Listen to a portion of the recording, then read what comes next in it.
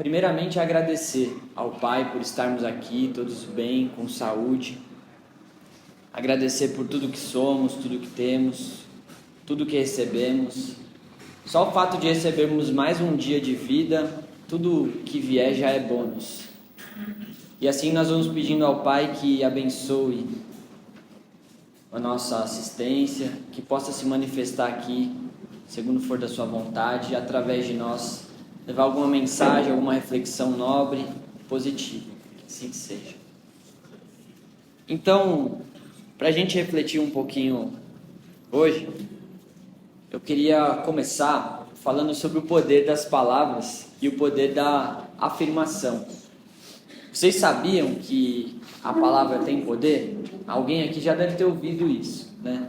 A palavra falada ou não, porque a palavra também é pensada. Nós conseguimos pensar frases, pensamentos que tem a palavra ali, né? E será que a ordem das palavras no nosso pensamento muda o fator? Não tem aquela coisa na matemática que às vezes a ordem dos fatores não muda o produto? Será que quando são palavras, a ordem dos fatores muda o produto? Nós vamos ver que na maioria das vezes sim. Basta você trocar algumas palavras ali e a frase pode ter um sentido completamente diferente. Vamos trazer um exemplo? Imagina que eu falo o seguinte: minha vida está muito difícil, mas eu creio em Deus. E aí eu só vou mudar os fatores, tá?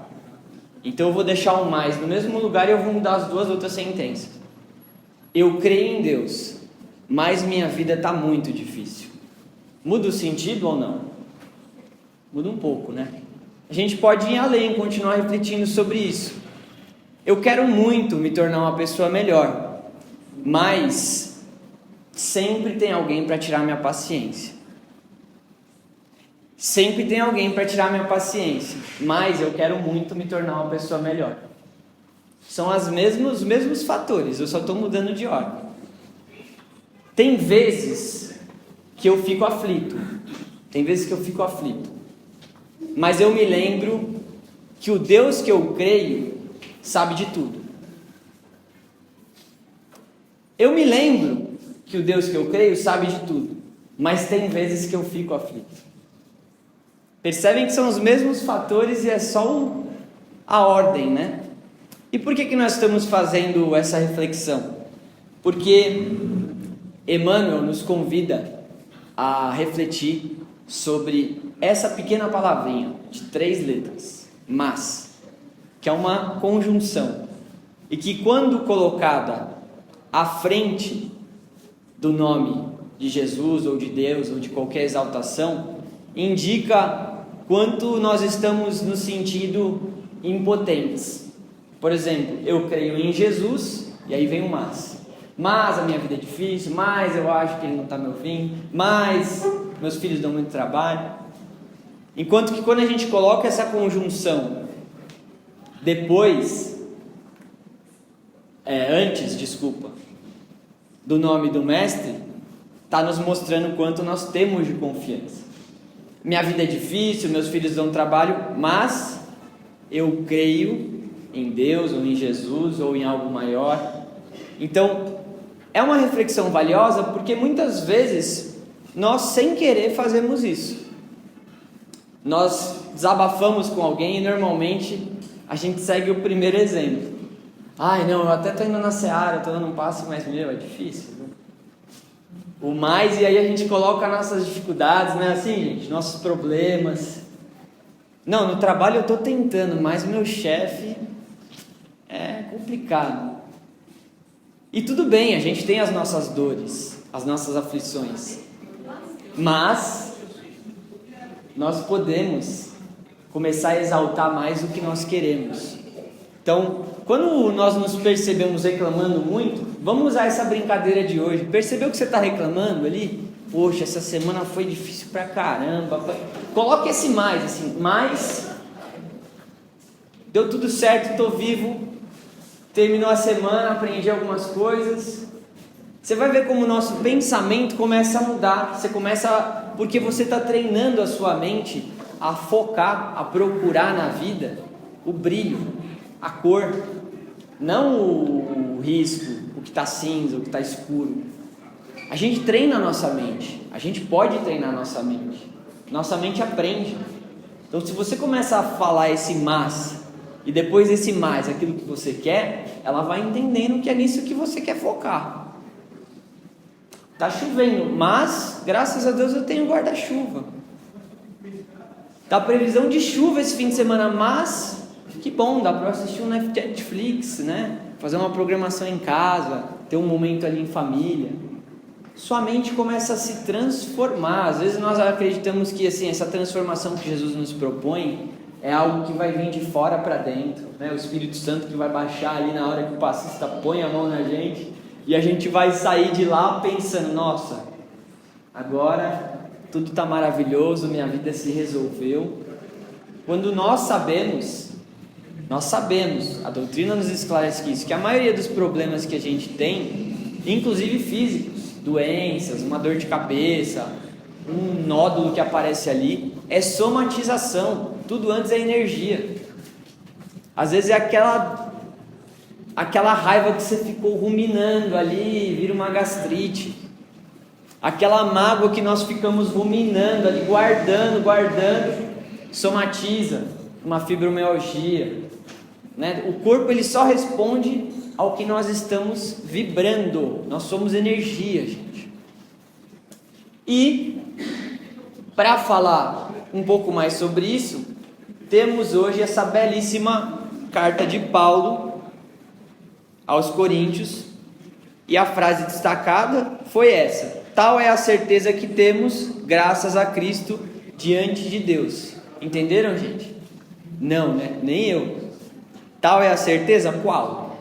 Precisamos voltar um pouquinho para ver o que ele está falando, porque aqui só está assim, ó, tal é a certeza que temos.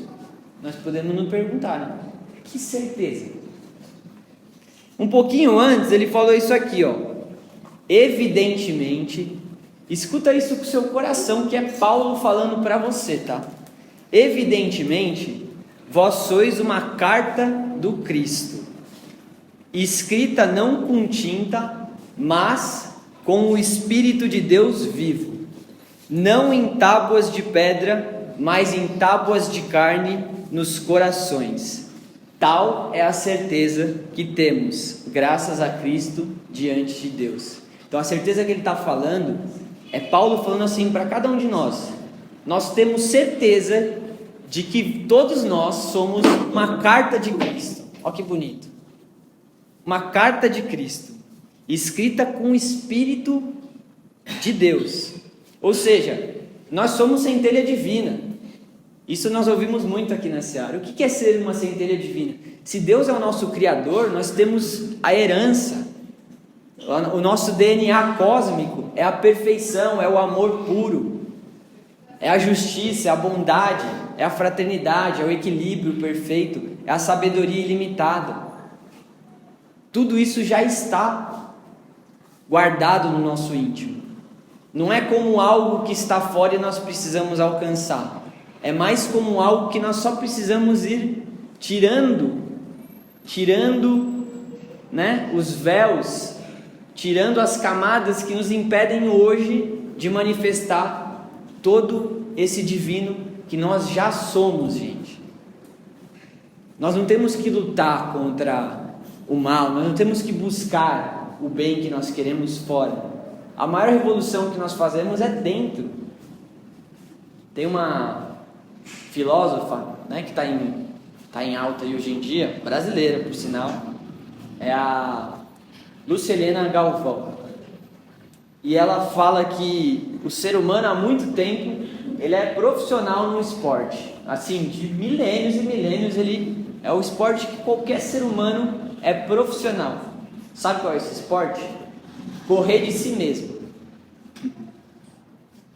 Então ela brinca que a gente é profissional em correr da gente mesmo. A hora que a vida começa a querer fazer a gente refletir sobre algo, a nos trazer um convite para, opa, será que não é hora de mudar isso? Será que não é hora de rever essa forma de pensar? Essa crença que você tem, será que ela já não ficou antiga, né? Nós normalmente encontramos alguma distração fora e vamos falar que não, que a sociedade tem que mudar, o mundo inteiro tem que mudar. Quando a vida traz pra gente, às vezes, o convite de refletir sobre uma responsabilidade que a gente tem, a gente até brinca, né? Tem gente que fala assim, a culpa é minha, então eu ponho onde eu quiser e quem eu quiser. Tem gente que não admite o erro, não admite a falha, não admite a culpa é minha, eu ponho quem eu quiser, mas nunca em mim, né?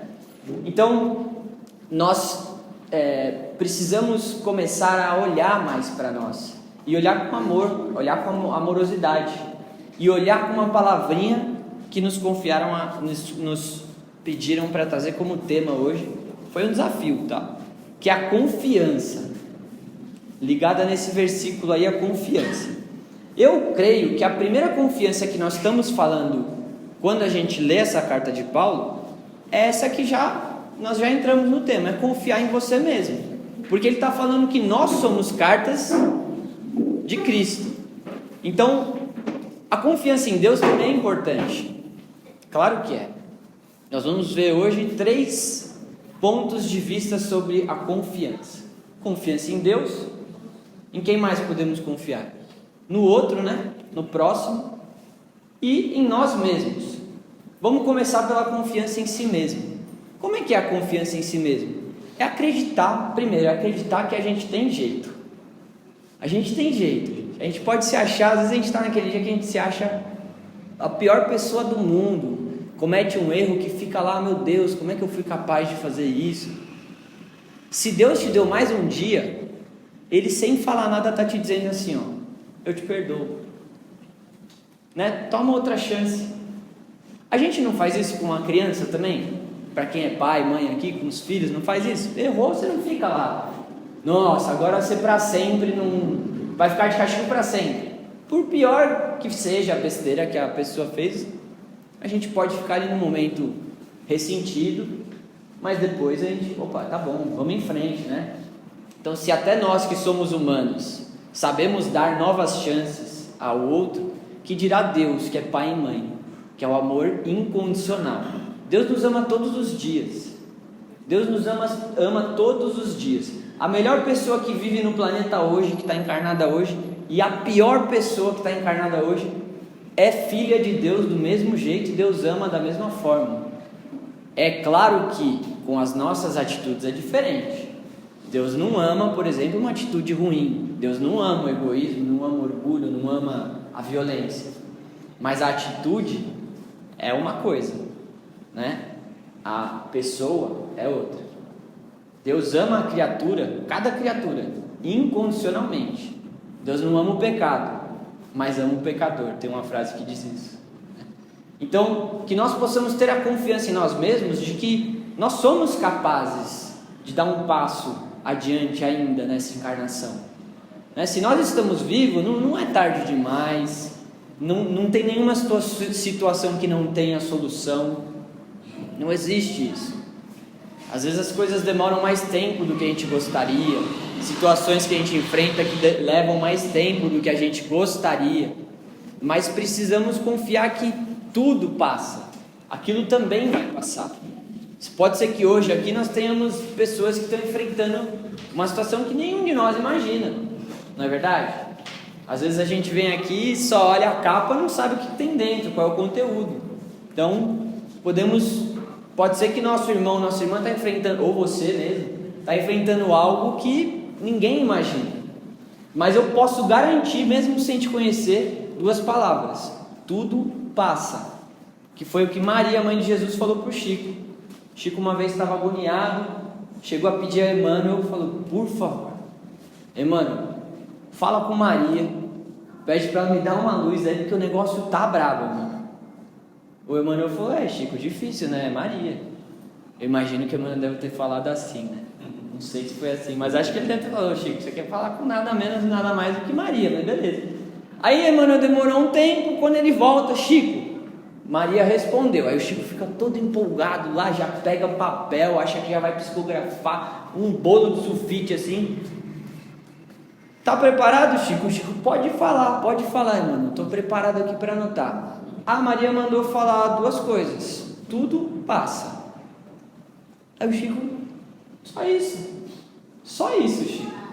Quer dizer, segue em frente a tua luta aí, que vai passar. O melhor dia da nossa vida vai passar, não vai, gente? Vira memória, mas passa. O pior também. Então nós precisamos ter a confiança que tudo passa. Aí nós já vamos passar agora para a confiança em Deus. Como é que se manifesta essa confiança em Deus? Vou contar uma historinha, tá? Tem uma historinha que é a seguinte: um homem estava sendo perseguido por 2 malfeitores, 2 criminosos que já estavam mal intencionados para aquele homem. E ele correndo numa paisagem meio deserta, numa estrada. Até que em certo momento ele encontra uma mata abandonada, resolve entrar na mata para se esconder. Ele começa a entrar na mata, vai correndo. Uma hora ele vê uma bifurcação, uma trilha ainda mais fechada na mata. Ele fala: vou entrar por aqui. Só que quando ele entra nessa trilha, assim que ele avança um pouco, é uma trilha fechada, sem saída. As árvores grandes ali fecharam aquela parte da trilha. Ele só tem 2 opções: ficar ou voltar. Ele pensa: se eu voltar, eles vão dar de cara comigo, vou ficar e tentar me esconder. E aí, já desesperado, ele começa a orar: Deus, por favor, me proteja, estou sob perigo de vida, por favor, envia teus anjos, Pai. Envia teus anjos para que coloquem uma muralha, um muro, tapando aqui a entrada dessa trilha, para que os malfeitores não cheguem até mim. Aí ele abre o olho assim, né, para ver se já tem uma muralha lá. Aí ele vê uma aranha pequenininha assim, começando a fazer uma teia. Aí o homem já fica bravo, né? Fala: Senhor, pelo amor de Deus, eu te pedi anjo, você está me mandando aranha. Pelo amor de Deus, eu estou sob perigo de vida aqui, você precisa me proteger. Nisso ele começa a ouvir o passo dos homens se aproximando. Por favor, Deus, me proteja, tal. Nisso ele sente uma intuição de que ele deveria ir para trás daquelas árvores. Aí ele, como dá, ele se aperta, se esconde naquelas árvores e já quase esperando a morte ali, né? Ele fica quietinho em silêncio. Um dos homens, assim que passa por aquela bifurcação onde ele havia entrado, fala assim: vamos entrar aqui. Aí ele já fica desesperado, fala: agora morri.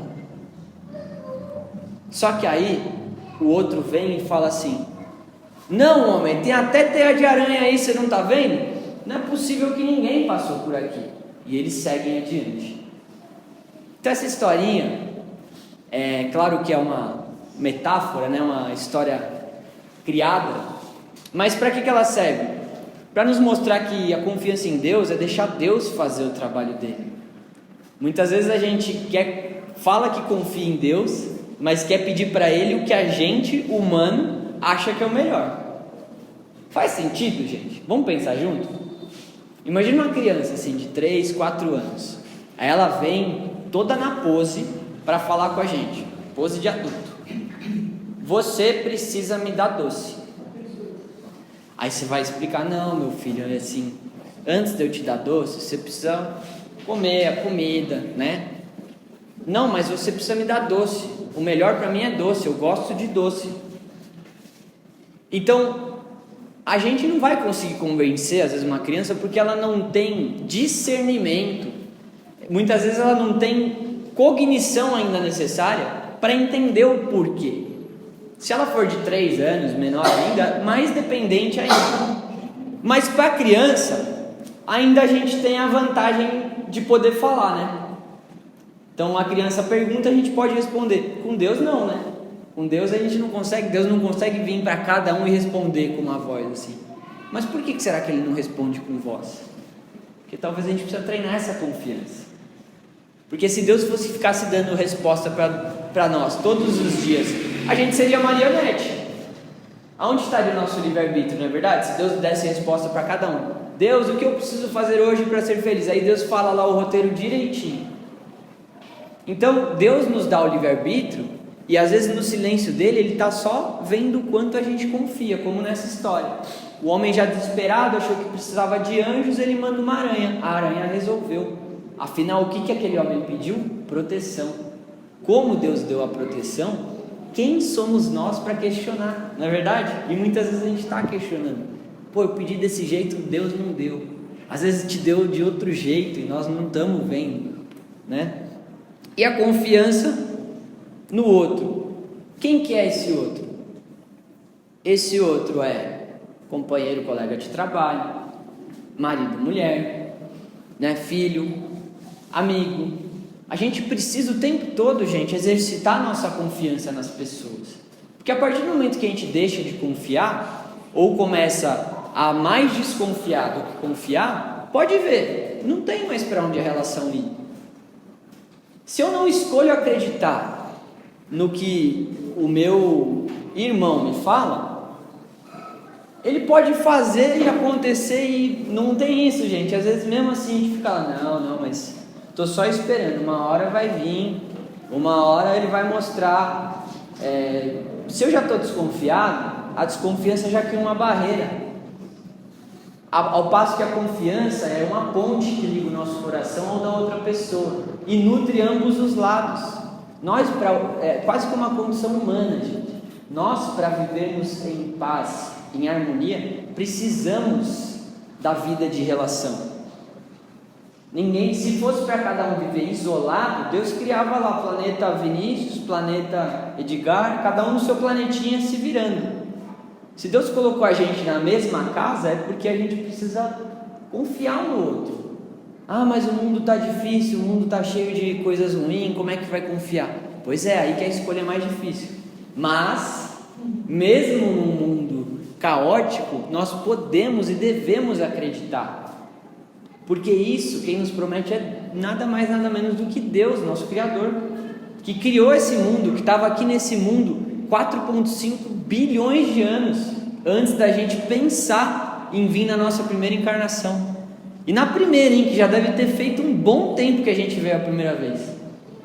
Então imagina que Deus, Ele estava no planejamento, e Jesus também, que é o nosso mestre, desde o início desse planeta, desde o planejamento de como que ia surgir esse sistema. Então nós podemos confiar que o planeta não está Deus dará.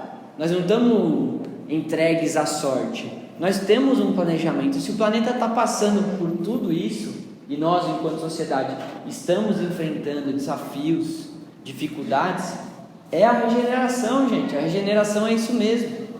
Nós precisamos segurar firme ali o leme do nosso barco, porque nós estamos no meio da tempestade. Mas, vamos lembrar, tudo passa. Nós estamos no meio da tempestade, mas tudo passa. Toda vez que vier uma dificuldade, um pensamento negativo, lembra desse mas.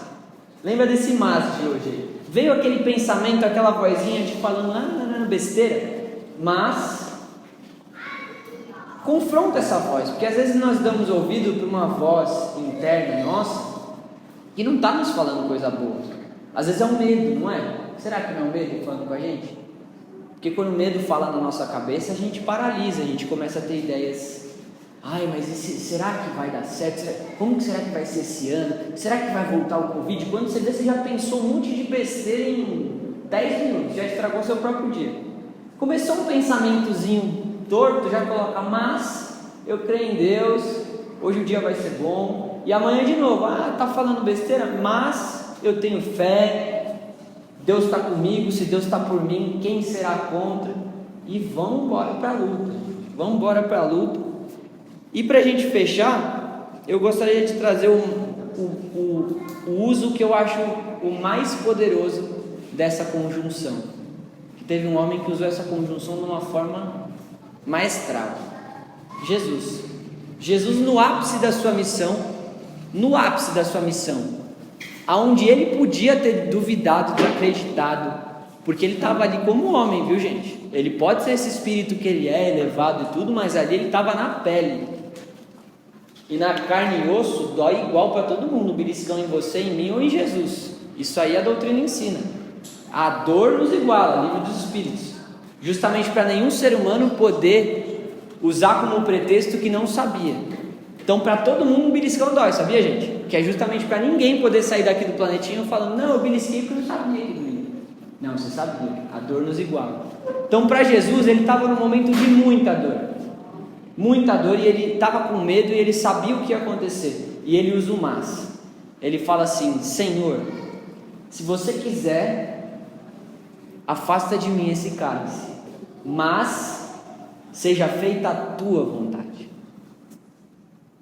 Isso é confiança, gente. Isso é o ápice da confiança.